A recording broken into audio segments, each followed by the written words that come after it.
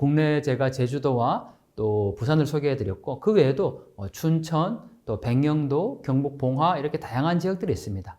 그런데 우리가 해외를 한번 가보면요. 제가 몽골에서 본 북한인데 몽골 통일의 눈으로 몽골을 다시 보다라는 책을 썼습니다.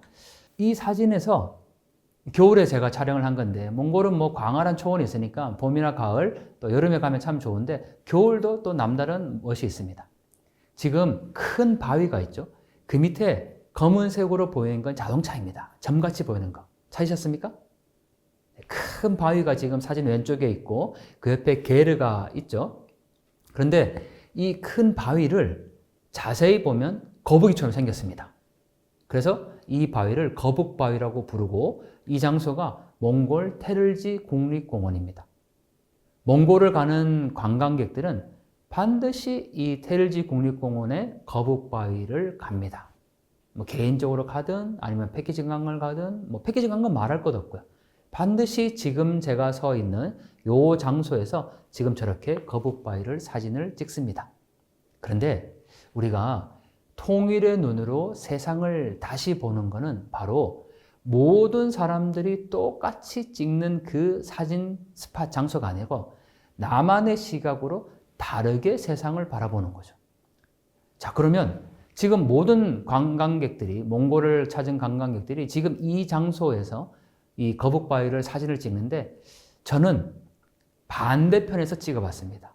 그러니까 이 장소가 아니고 거북바위의 반대편에서 사진을 찍어보니까 어떤 모습으로 보이냐면 이렇게 보입니다. 뭐처럼 보이십니까? 혹시 한반도 지도처럼 보이지 않습니까? 이렇게 북한과 남한이 되어 있는. 이게 이 바위와 이 바위는 같은 바위입니다. 단지 많은 사람들이 지금 바라보는 이 장소가 아니라 바위의 뒤편에 가서 찍어보면 저렇게 제 눈에는 한반도 지도 모양으로 보였다는 거죠. 그래서 제가 이 바위를 이제 한반도 바위다 이렇게 많은 분들과 함께 몽골에 제가 이렇게 같이 관광을 가면 꼭 그렇게 소개를 합니다. 바로 통일의 눈으로 지역을 다시 보다라는 것은 이런 차이가 있습니다. 남들이 보는 시각이 아니라 우리의 렌즈에 통이라는 단어, 통이라는 렌즈를 하나 더 끼고 세상을 바라본다는 거죠. 자, 그러면 일상에서 찾는 통일의 시선인데 우리가 왜 이런 통일의 렌즈를 끼고 봐야 되는가 한번 보죠. 통일이 되면 어떻게 달라질까요? 라는 표가 붙어 있었습니다. 이건 제가 그 어디 기관에 방문을 했는데 이런 선전표가 붙어 있었죠. 제가 관심 있게 봤더니 통일이 되면 총 인구가 늘어나고 국민 소득이 늘어나고 생산 가능 인구 비중이 늘어나고 또 당연히 이 경제적 가치를 얘기를 합니다. 근데 제가 이런 의문을 가졌습니다. 왜 통일의 이유가 꼭 경제적 가치야만 하는가라는 의문이죠. 그리고 옆에 보니까 이런 표도 붙어 있었습니다. 북한의 지하자원 얘기를 하죠. 통일이 되면 3,200조에서 일경 1,700조 원의 가치가 있다라는 얘기들을 합니다. 사실입니다. 통일이 되면 북한의 지하자원과 또 남한의 기술이 합쳐져서 우리가 아주 좋은 나라가 될 수가 있다라는 거죠. 하지만 우리가 여기서 하나 의문을 갖습니다. 왜 꼭 지하자원을 캐는 게 통일의 이유여야 하는가입니다. 우리가 이런 가정을 한번 해보죠. 저희가 함께 어떤 단체에서 이 장소를 방문을 했습니다. 지금 이 선전판이 새겨져 있는 그 장소에 갔는데 같이 간 분들 중에는 탈북민도 있다고 우리가 한번 가정을 해보죠. 그런데 이 선전판에 지금 보이지는 않지만 우리는 가끔 어떻게 표현을 하냐면 통일이 되면 북한의 저렴한 노동력과 남한의 앞선 선진 기술이 합쳐져서 경제적으로 부강할 수 있다 이런 표현을 씁니다. 북한의 저렴한 노동력이라는 표현을 쓰죠. 근데 지금 우리가 함께 여행을 온 일행 중에는 탈북민도 함께 있습니다. 그 탈북민의 입장에서 봤을 때 북한의 저렴한 노동력이라고 표현하는 그 노동력은 바로 두고 온 가족이라는 거죠. 그래서 우리가 너무 북한과 이 통일 문제를 돈과 또는 경제 이런 관점으로만 해석하면 안 된다라는 겁니다. 부산을 출발한 기차가 서울과 평양을 지나서 유라시아까지 간다는 꿈을 우리가 꾸고 늘 그 이야기를 합니다. 하지만 반대로 함경북도 온성과 양강도 해산에 사는 사람들이 부산과 제주도에 여행 가는 꿈도 함께 이야기를 해야 된다는 거죠. 유라시아까지 가는 기차에 남한 사람들이 타는 게 아니고 남북한 사람들이 함께 타서 유럽까지 가는 꿈을 꾸는 그런 통일 이야기를 해야 한다는 겁니다. 저는 그게 바로 우리의 일상 가운데서 바라보는 일상의 통일을 이야기하자라는 겁니다. 평양 가서 냉면 먹고 백두산에 수학여행 가고 유라시아까지 기차 타고 가고 또 북한의 지하자원 캐고 이런 경제적인 관점이 아니라 북한에도 바로 사람들이 있다라는 겁니다.